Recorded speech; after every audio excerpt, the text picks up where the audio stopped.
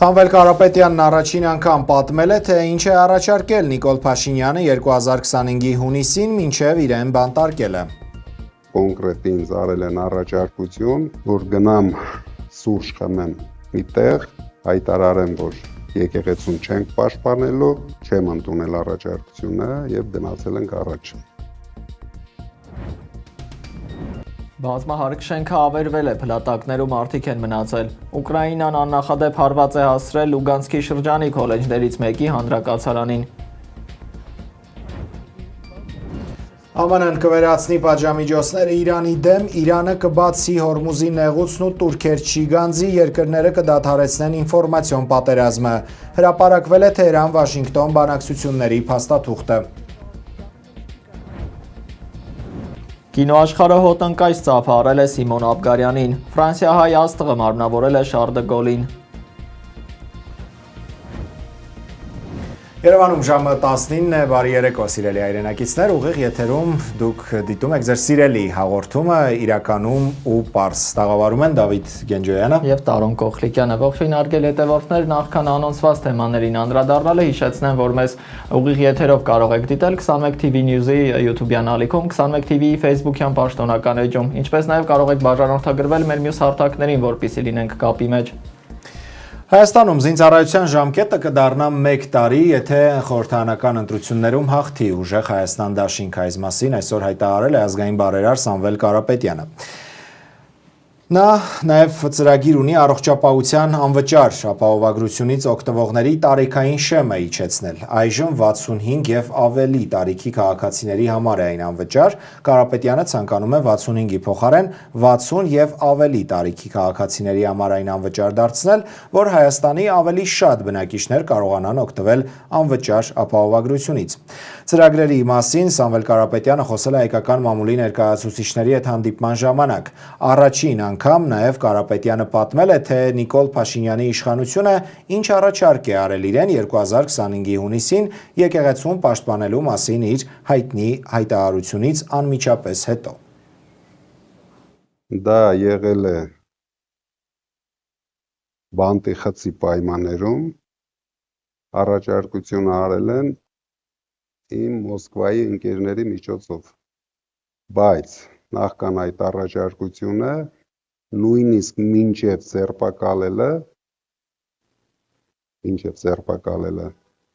որ 1000 հոգով հարձակվել էին տան վրա, իրենք բարձր մակարդակով կոնկրետ ինձ արել են առաջարկություն, որ գնամ սուրճ խմեմ մի տեղ, հայտարարեմ, որ եկեղեցուն չենք պաշտպանելու, դրանից հետո թե էլեկտրական ցանցերը, թե ամեն ինչը հետ է վերադարձվում, ես չեմ ընդունել առաջարկությունը եւ գնացել ենք առաջ։ Այսինքն ըստ էության ստացվում է, որ երկու առաջարկ է եղել, որովհետև Կարապետյանը մինչև այս նոր բացահայտումը ավելի վաղ պատմել էր, որ իրեն բանտարկության 3-րդ օրը նույնպես առաջարկել են հայտարարել, որ քաղաքականություն չի մտնում եւ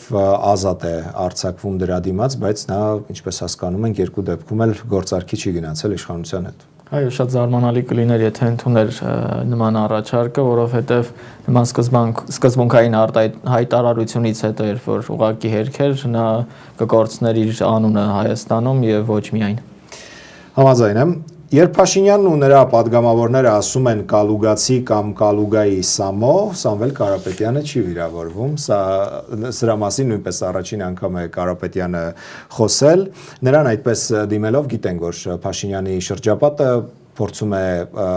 շեշտել այն հանգամանքը, որ Սամվել Կարապետյանը իր հիմնական գործարարությամբ զբաղվելը տեղի է ունեցել Ռուսաստանում եւ հիմնական կարողությունը հենց Ռուսաստանում է, այդ երկրում է վաստակել ու նա, եթե դառնա Հայաստանի վարչապետ, չի կարող Ռուսաստանին ոչ ասել, քանի որ կկորցնի իր ունեցվածքը, որը ունի այդ երկրում։ Կարապետյանը այս մասին էլ այսօր շատ անկեղծ ու ուղիղ պատասխան է տվել, լսենք։ Չկա այն մարդը, եւ չկա այն ուժը, որ ինձ ստիպի անել այն, ինչ ես չեմ ցանկանում անել։ Չկա այդպիսի աշխարհում թիվ կամ բիզնես, ինչի համար ես Հայաստանի գոնե մեկ շահ ռիսկի տակ տնեմ։ Չկա, այդպիսի բան գոյություն չունի։ Իրենք ինչ կարող են անել։ Մի քանի ընկերություն խլեն, ու խլեցին, Փաշինյանն էլ փորձեր է անում ինչ-որ բան խլի, ու խլեց, հետո գցեց ոտքին, նրանք էլ գցեն իրանց ոտքին, ոչ մի բանով չի տարբերվելու։ Ես վստահ եմ, որ դա չի լինելու, բայց եթե եղավ, ուրեմն եղավ, ինչ անենք, եթե ես որոշել եմ արդեն կյանքս նվիրեմ մեր երկրի զարգացմանը, դա լինելու է գլխավոր նպատակ, ոչ մի բան չի խանգարելու սրան, մի կասկածեք։ Տարոն շատ հետաքրքիր է, որովհետև եթե կորցնելու մասին մտածեր, ապա հեծնել պակաս կարողություն չէր եւ կարելի էր այդ ամենի համար ետ քայլ անել եւ պատահաբար չէ, այո, ինչպես նշեցիր, Կալուգայի անունը անընդհատ շեշտվում, որպեսզի ենթագիտակցորեն մարդիկ կապեն Սամվել Կարապետյանին միայն Ռուսաստանի հետ եւ ենթագիտակցորեն մտածեն, որ այո, հայկական շահը կարող է փոխարինվել ռուսականով, սակայն ինչպես գիտենք, Սամվել Կարապետյանը հայտնի ավելի շատ Տաշիրի հետ իր կապով, ոչ թե Կալուգայի, միայն այս վերջերս է, որ հնչում է Կալուգայի անունը, Տաշիրը չի հնչում, որովհետև Հայաստանի մաս է, դժվար թե կարողանային նման նարատիվ կառուցեին։ Այո, ամեն կերպ Սամվել Կարապետյանին փորձեց այս իշխանությունը նաև նախկինների հետ կապել եւ նրան էլ կպցնել Թալանչի այդ հայտնի պիտակը, որը Նիկոլ Փաշինյանն ու իր շրջապատը բոլոր նախկին իշխանավորներին, ովքեր համաձայն չեն իրենց այսօրվա քաղաքականության հետ, անպայման այդ պիտակով նրանց անվանում են, բայց սոցհարցումները կարծես թե հակառակ պատկերն են ցույց տալիս, հնարավոր չի եղել ազգային բարերարին ոչ նախկինների պիտակը կպցնել, ոչ Թալանչիների եւ Թալանի մասին, երբ այսօր խոսել են Կարապետյանի հետ, նա շատ հետաքրքիր հարցով է ձևակերպել իր պատասխանը, առաջարկում եմ լսենք։ Ինչ կարող եմ ես թալանել Հայաստանից։ Ես ամեն տարի չեմ ուզում թվեր հնչեցնել, որ դուք չվախենաք, այն կանեմ տվել Հայաստանին, որ եթե ես դա պահեի ինձ, կլինեի աշխարհի ամենահարուստ մարդկանցից մեկը։ Բացարձակ Հայաստանից ոչ մի դոլար չեմ օգտվել այս տարիների ընթացքում։ Եվ իմ հնարավորության չափ, նույնիսկ հնարավորություններից շատ օգնել եմ Հայաստանին, հայ ժողովրդին։ Դուք միայն նայում եք Հայաստանի դաշտը։ Դրանից շատ ավել ես արել եմ Հայաստանից դուրս հայերի համար։ Այսինքն ես կարող եմ ընդամենը գրպանս փակել եւ ես նորից կլինեմ շատ հարուստ մարդ։ Ինձ ոչ մի բան պետք չի, իշխանության կարիք էլ ես չունեմ։ Ես ուզում եմ ստանամ հնարավորություն օգնեմ մեր ժողովրդին։ Այդ փորձ բառը շատ հարաբերական բառ է։ Մենք փորձ ունենք, մենք փորձ չունենք։ Դե եկեք ասենք, ով փորձ ունի, ով է կարողացել իրենով հասնել ինչ-որ բանի, փորձը դա է։ Եթե դուք պատկերացնում եք, որ 3 միլիոն կամ 10 միլիոն հայերի հետ ես կառավարելու փորձ չունեմ, ես միայն իմ ընկերությունը եւ մեր գործընկերների հետ հարաբերություններում կառավարել եմ տասնյակ միլիոների։ Այսինքն դա իշխանության մասին չի խոսքը, դա պետական հնարավորություններն են մեզ պետք, որպեսզի զարգացնենք երկիրը։ Դուք վստահ եղեք, ես այստեղ նստած հենց հիմա Փաշինյանից շատ 10 անգամ շատ մեծ իշխանություն ունեմ։ Տարոն կարելի է հիշել թե Սևանի կառավարական ամառանոցի, թե այստեղ կառավարական հենց ամառանոցի շինարարության եւ վերանորոգումը, որ Սամվել Կարապետյանն է իրականացնել, Նաև հիշենք, որ Տաթևի ճոպանուղին կառուցել է Ռուբեն Վարդանյանը իր սեփական միջոցներով, իսկ Օթանավականը Էռնեկյանի ֆինանսավորմամբ եղել, այսինքն մեր մոտ անձինք ավելի շատ գործ են անում պետության համար, ավելի քիչ խոսում, քան հենց պետությունը։ Այո, եւ երբ խոսեցիր պետությանը նվիրաբերված բարեգործությունների մասին Սամվել Կարապետյանի, ես հիշեցի մի դեպք, որը վերջերս պատմել է ականատեսներից մեկը 2010 թվական Լոնդոն հյուրանոցներից մեկի սպասասրահում նստած են լինում Սամվել Կարապետյանը, Մեծ Բրիտանիայում մեր դեսպանատան ներկայացուցիչներից մեկը, մեր ականատես ընկերը եւ ուրեմն Սամվել Կարապետյանի ընկերներից մեկը, որի ծխախոտը վերջացած է լինում եւ հյուրանոցում հնարավոր չի լինում գնել ծխախոտ ու մեր դեսպանատան աշխատողը առաջարկում է, որ խնդրի դեսպանատան վարորդին մի քանի տուփ ծխախոտ գնել ու բերել հյուրանոց, երբ վարորդը ծխախոտները մեքենայում մոտենում է արդեն հյուրանոցի մատույցներում է լինում, Սամվել Կարապետյանը ասում է, ինձ ասա մեքենայի մակնիշն ու համարանիշները, ես դուրս կգամ, կվերցնեմ, ու երբ դուրս է գալիս հյուրանոցից, Սամվել Կարապետյանը տեսնում է, որ մեր դեսպանատանը ծառայում է մի հնամաշ մեքենա, ու հենց այդ պահին Կարապետյանը հանձնարարում է իր միջոցներով գնել ներկայացուցչական դասի նոր մեքենա, որի արժեքը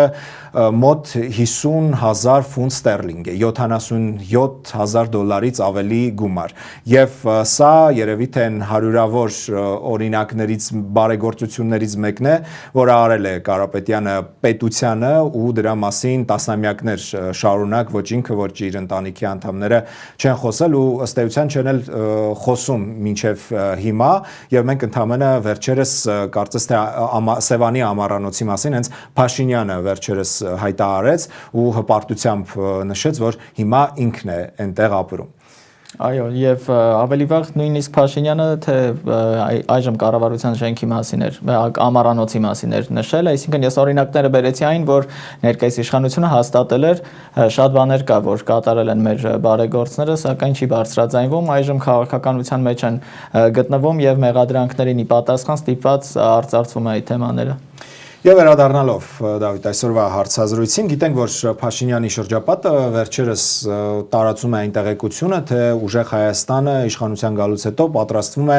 զինծառայությունը վերադարձնել 2 տարի ժամկետին, այնինչ այսօր Կարապետյանը հայտարարեց, որ իրենց հաղթանակի դեպքում իրենք այնպիսի ուժեղ բանակ են կառուցելու, որ ծառայության ժամկետն էլ դառնալու է 1 տարի։ Առաջարկում եմ այդ խոսքի այդ հատվածն էլ լսենք Կարապետյանի։ Ամսի 8-ից հետո մենք ունենալու ենք նոր Հայաստան, ամենաապահով երկիրը, զարգացնելու ենք մեր բանակը եւ ուզում եմ ձեզ երևի առաջին անգամ այստեղ հնչեցնեմ, մենք ծրագիր ունենք զարգացնելով բանակը, վերազինելով բանակը նոր տեխնիկաներով, հասնենք նրան, որ մեր ժամկետային ծառայությունը հասցնենք 1 տարվա ընդամենը 1 տարվա ընթացքում մենք հասնելու ենք դրան եւ մեր ժողովուրդը կտեսնի դա։ Ես գիտեմ, որ սրանք տարածում են, որ մենք ավելացնելու ենք նորից 2 տարի, բայց մենք հակառակն ենք անելու։ Մենք 1 տարի ենք սարքելու ժամկետայինը։ Մենք գիտենք, որ շատ մեծ ծրագրերի մասին է այս ընթացքում հայտարարել Սամվել Կարապետյանը եւ իր առաջնորդած քաղաքական ուժը, ուժեղ Հայաստան դաշինքը ու այսօր նաեւ հարցրել են ինչպես է լինելու, որ մենք հասկանանք այդ ծրագրերը ուղղակի այսպես անպագորգոր հայտարարություններ են, թե այնուամենայնիվ ծրագրեր են, որոնք պետք է իրականանան եւ Կարապետյանը ըստ էության այդ հարցին պատասխանել է, որ իր խոսքը երբեք ինքը գետնին չի թողնում եւ հետեւաբար անպայման լինելու է տարբերակ այդ ծրագրերը իրականացման ընթացքը թե տեսնելու եւ թե եթե որևէ բան չիրականանա անպայման իրեն հնարավորություն է լինելու հարցնել թե ինչու դա չեղավ։ Լսենք։ Մենք ում չասեցինք ու փախանք։ Կգա օրը դուք նորից կհարցնեք, բա ասեցիք 300,000 աշխատատեղ, բա մեր տնտեսական ծրագրերը, բա ասեցիք ուժեղ բանակ, ասելու եք, չէ, հարցնելու եք, չէ։ Իսկ ես իմ կյանքում ոչ մի խոսք չեմ ասել, չհասկանալով, որ դա անելու ենք։ Տարոն հաշվի առնելով, թե ինչ տարածաշրջանում են գտնվում, այո, շատ կարևոր է բանակի ավելի պրոֆեսիոնալիզացման տանելը եւ ժամկետային զինծառայողներին հետզհետե ցանկալի կլինի, որ փոխեն արդեն հենց պրոֆեսիոնալ մասնագետները, որոնք կվերապատրաստվեն եւ ի վիճակի կլինեն որպես բացի հայրենիքին պարտ, կայլ նաեւ նրանց մասնագիտությունը եւ աշխատանքը դա լինի, որովհետեւ տեսնում ենք նման օրինակներ, Իրանն էլ հենց այդ պատճառով կարողացավ դիմակայել, եթե ոչ աշխարհի ամենաուժեղ բանակին, այլ ամենաուժեղներից մեկին, շատ կարևոր է նման քաղաքականությունը, ցանկալի կլինի տեսնել նման իրականություն Հայաստանում։ Հաջորդ թեման, որին անդրադարձել է Կարապետյանը կրկին առաջին անգամ ըստ էության խոսելով այս մասին, պարբերաբար մենք գիտենք, որ հակակոռուպցիոն կոմիտեն ձայնագրություններ է հրապարակում, ենթադրաբար ուժեղ Հայաստանի ներկայացուցիչների կաշառք բաժանելու կամ վերցնելու վերաբերյալ։ Կարապետյանը խոսել է այդ ձայնագրությունների մասին, ընդամենը ներկայացնելով մի օրինակ։ Լսենք։ Հեսեն աներոջը զանգել հրավիրել է քյաբաբ ուտելու, տարել նստեցրել են այդ մարդկանց, որ ընտրա կաշառք է քյաբաբ ուտելը։ Բայց աները եկել քննիչի մոտ ասելա, որ սրան ամբողջ կյանքը ես եմ պահել,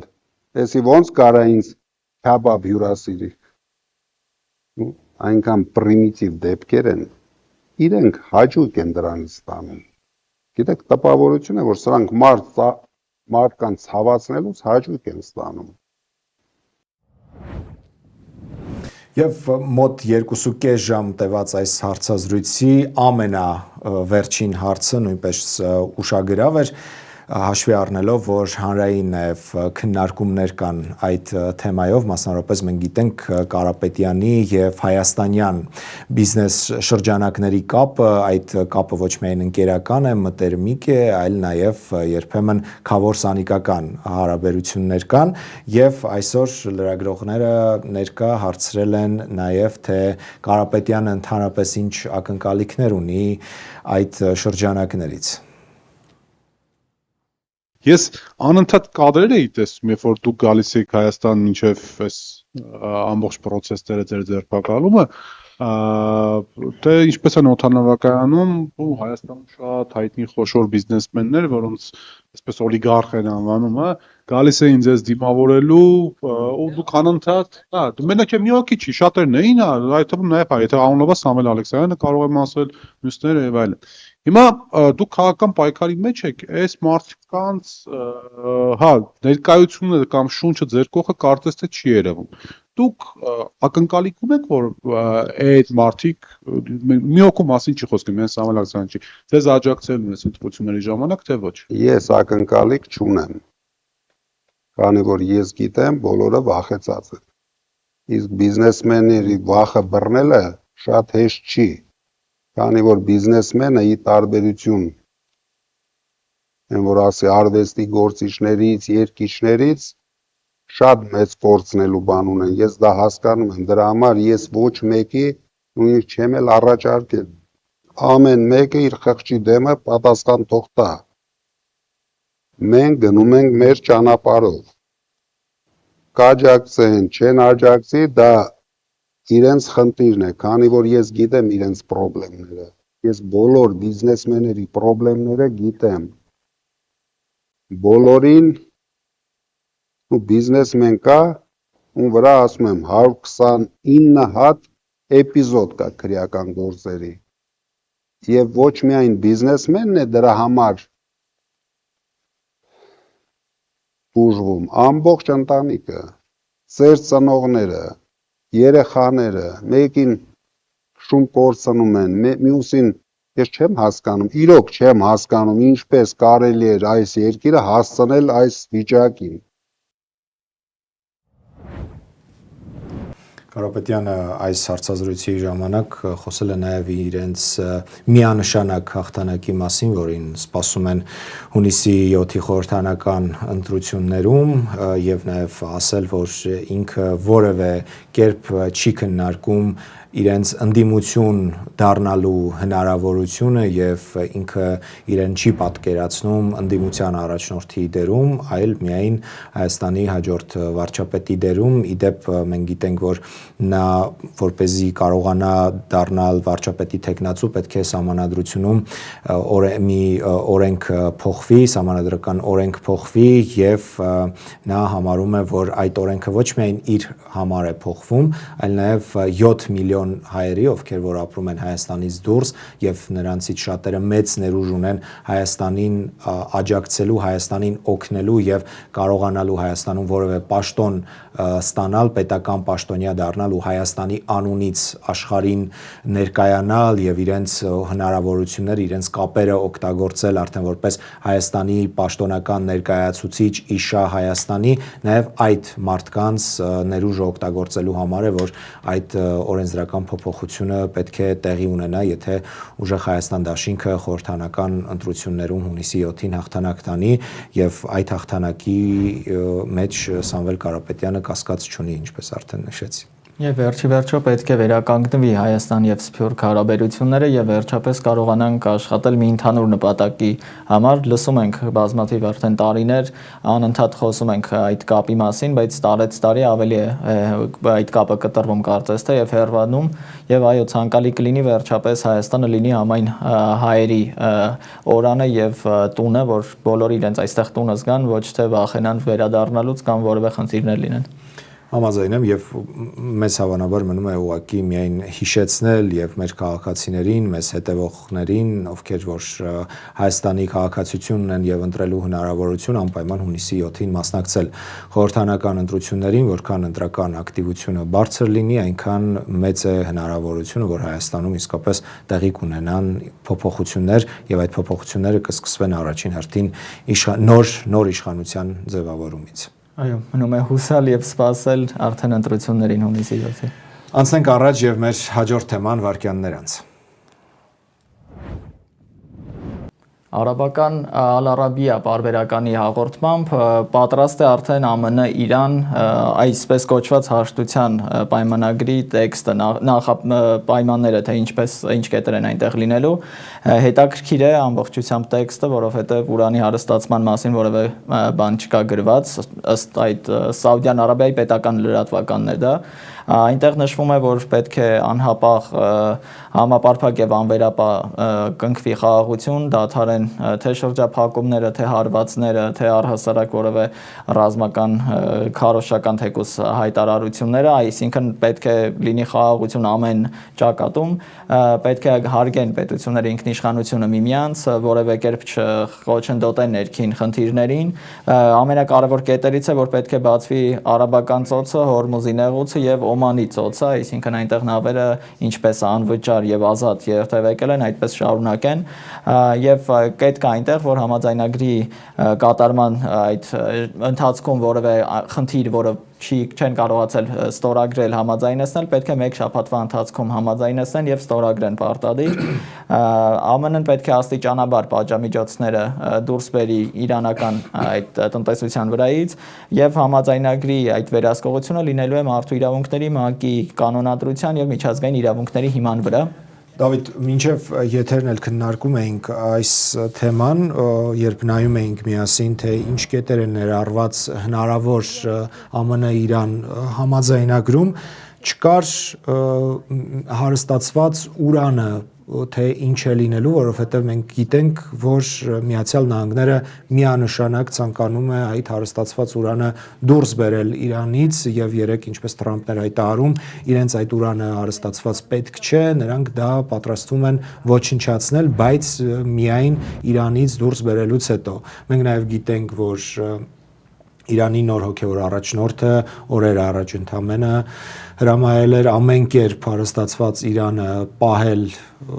Իրանի տարածքում, երկրի տարածքում, մենք գիտենք, որ Ռուսաստանից առաջարկ կար այդ հարստացված ուրանը անվտանգ տեղափոխել Դաշնության տարածք, եւ կարծես թե այդ առաջարկը չընդունվեց Իրանի կողմից, նաեւ կարծես թե դրան դեմ էր Միացյալ Նահանգները, ինչ ճակատագիր է սպասվում այդ հարստացված ուրանին, կա որևէ տեղեկություն։ Հավանաբար այդ ուրանի հարցը թաքնված է այն կետում, որ եթե կան չհամաձայնեցված կետեր, պետք է մեկ շաբաթվա ընթացքում քննարկվեն եւ լուծում գտնեն, որովհետեւ հենց այդ թե հրթիռային ծրագրի, թե հարստացված ուրանի մասին ամենակարևոր կետն էր, որի շուրջ չէին կարողանում գալ համաձայնության երկու երկրներն էլ։ Ուղղակի հիշեցնեմ, որ Պակիստանի ներկայացուցիչը մինչև հիմա գտնվում է Թեհրանում եւ բանակցություններ է վարում Իրանի ներկայացուցիչների, հատկապես արտգործնախարար Աբբաս Արաղչի հետ, ով որ ղեկավարում էր այդ բանակցությունների վերջին փուլը։ Շատ կարևոր է այս բանակցությունները, որովհետև եթե Սաուդյան Արաբիայի պետական լրատվամիջոցն է նման տեղեկատվություն տվել, ապա ծոցի երկրները ուրեմն դրական են տրամադրված եւ կա այնտեղ ճշմարտության չափ։ Շատ կարևոր է, որովհետև փետրվարի 28-ից սկսված այս հակամարտությունը դեռ մինչ օրս չի ավարտվել եւ եթե կարողանան երկու տերությունները նստել եւ կարողանալ գալ այնպիսի հայտարարի, որը երկուսի համար էլ ընդունելի է, միայն կշահի տարածաշրջանը եւ միջազգային տնտեսությունը։ Հիշեցնեմ, որ այդ հակամարտության եւ պատերազմի պատճառով տնտեսական մեծ ճգնաժամ է ապրում ոչ միայն ծոցի երկրները, այլ առհասարակ աշխարհը, օրինակ վառելիքը այնքան է բարձրացել, որ արդեն պատկերացնել հնարավոր։ Այո, գինը եւ եվրոպական երկրները, ինչպես ավելի վաղ նշեցինք, ավիա բենզինի շատ մեծ խնդիր ունեն, որ մեկ ամսվա ընթացքում հնարավոր է վերջանա այդ ամբողջը եւ կարծես թե բոլորի շահերից է բխում նման պայմանագիրը Իրանը կապահովի իր տնտեսությունը եւ կկարողանա արդեն անարգել, վերակառուցել եւ զարգանալ, իսկ Միացյալ Նահանգները կարող է հայտարարել, որ հաղթել են, որովհետեւ վերջիվերջո եկել են ինչ որ հայտարարի, ինչի համար որ սկսվել էր։ Ըստ էության կարծես թե Իրանի համար այս պահին երկու սկզբունքային հարց կա, որտեղ նա հետքայլ անել չի կարող, առաջինը դա հարստացված ուրանն է, որը պետք է մնա իր երկրում, դրա մասին արդեն խոսեցինք, եւ երկրորդը Հորմուզի նեղուցի վերահսկողությունն է, Իրանը ցանկանում է, ինչպես որ մինչև պատերազմներ այնտեղ միանձնյա վերահսկում նեղուցը, այդպես էլ շարունակի նաեւ այժմ, ու եթե այս երկու հարցերի շուրջ լինի համաձայնություն, շատ հնարավոր է, որ մենք առաջիկա, եթե ոչ օրերին, ապա շաբաթների ընթացքում տեսնենք մեր աչքի առջև պատմական իրադարձություն, տասնամյակներ շարունակվող այս հակամարտությունը ԱՄՆ-Իրան վերջապես հանգուցալուծում կստանա եւ իհարկե չենք կարող ասել, որ անարյուն հանգուցալուծում էր, որովհետև ամենայն դեպս մեծ պատերազմ եղավ, բայց այնուամենայնիվ եթե վերջապես լինի այդ հակամարտության ավարտը, մենք բոլորս իհարկե գոհ երջանիկ կլինենք։ Այո, միանշանակ ուղղակի մի դիտարկում կատարեմ, Հորմուզի նեղուցը պատերազմից հետո Իրանը կարողացավ վերահսկողություն հաստատել, Միացյալ Նահանգների դա ձախողումն է, որ Իրանը կարողացել է այնտեղ հաստատել իր վերահսկողությունը, որովհետև նեղուցները, ջրանցքները առհասարակ պետք է լինեն ազատ, որոնք բնական են։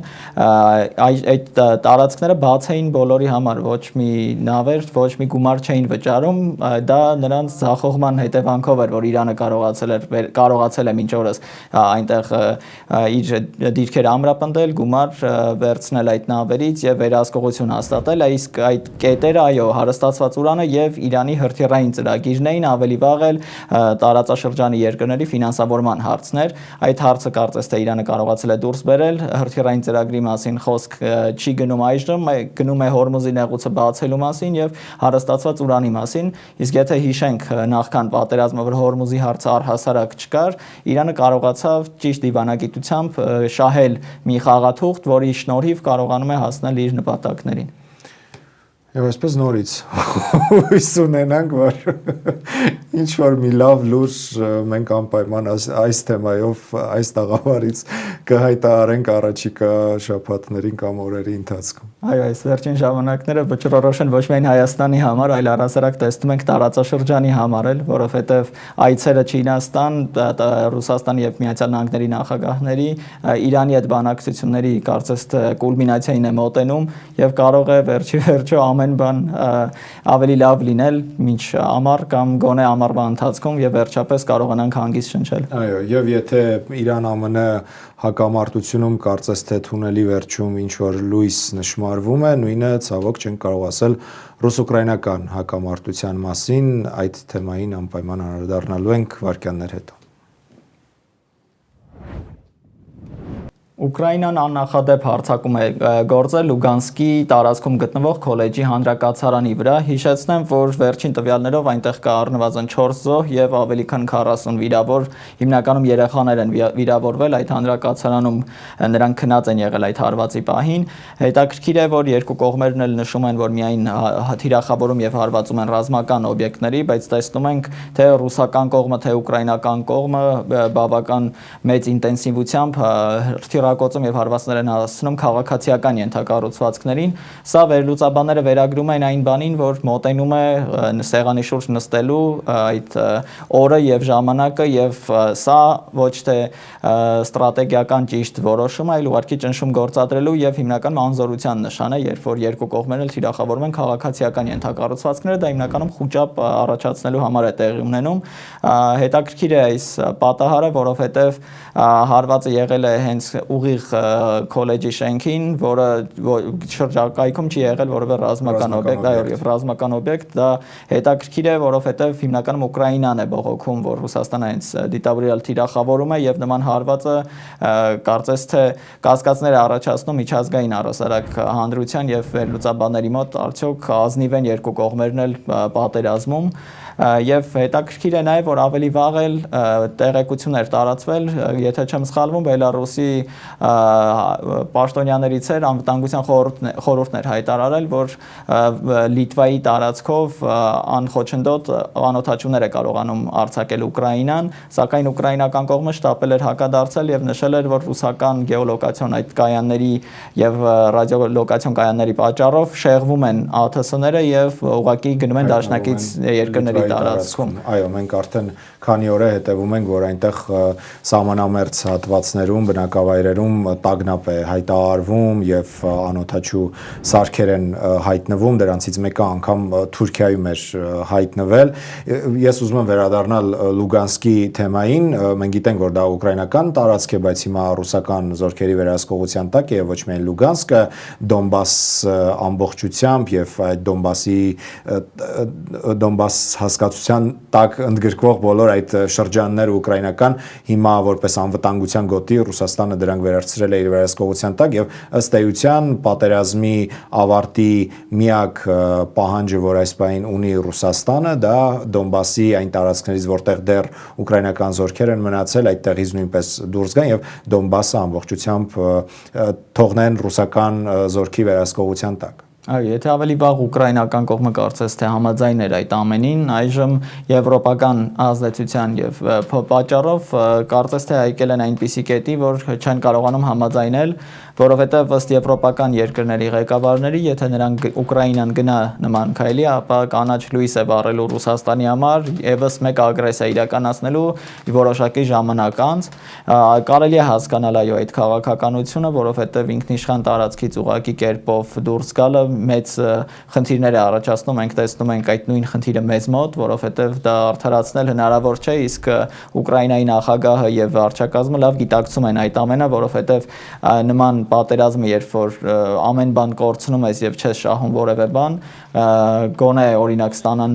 երաշխավորված ՆԱՏՕ-ին անդամակցելու կամ Եվրամիությանը անդամակցելու երաշխիքներ, այդ հարցն էլ դրված է սեղանին, պետք է Ռուսաստանի հաստատումը կամ թույլատվությամբ այդ ամենը լինի, իսկ դա կարծես թե ինքնիշխանության վրա ուղիղ ազդեցություն է։ Բայց նաև գիտես, անգամ եթե հնարավոր լինի այս հակամարտությունում նույնպես խաղաղության հասնել, միևնույնն է Զելենսկու իշխանության մնալը միշտ խորհրդանշելու է այդ հակամարտության ակտիվ լինելը։ Հետևաբար պետք է անգամ հակամարտության Զելենսկու ներկայությամբ այդ հակամարտությունը ավարտելուց հետո երևի թե պետք է նոր իշխանություն Ուկրաինայում, որը գուցե եւ այո լինի նորից արևմտամետ, բայց չունենա Զելենսկու դեմքը եւ Ռուսաստանը ավելի հեշտ ու հանգիստ չնյարդայնացնող բանակցություններ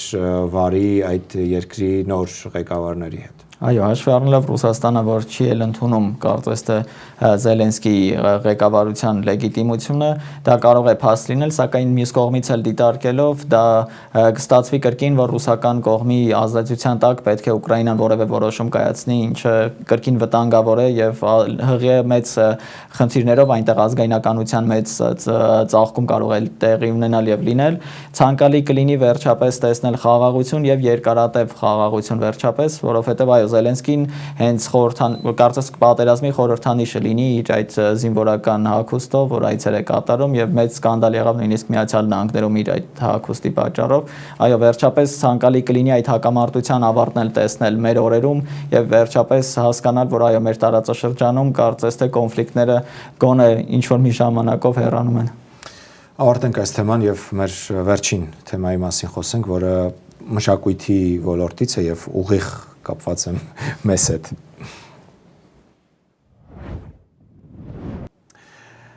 Կաննում հոտնկայս ծափահարել են ֆրանսահայ դերասան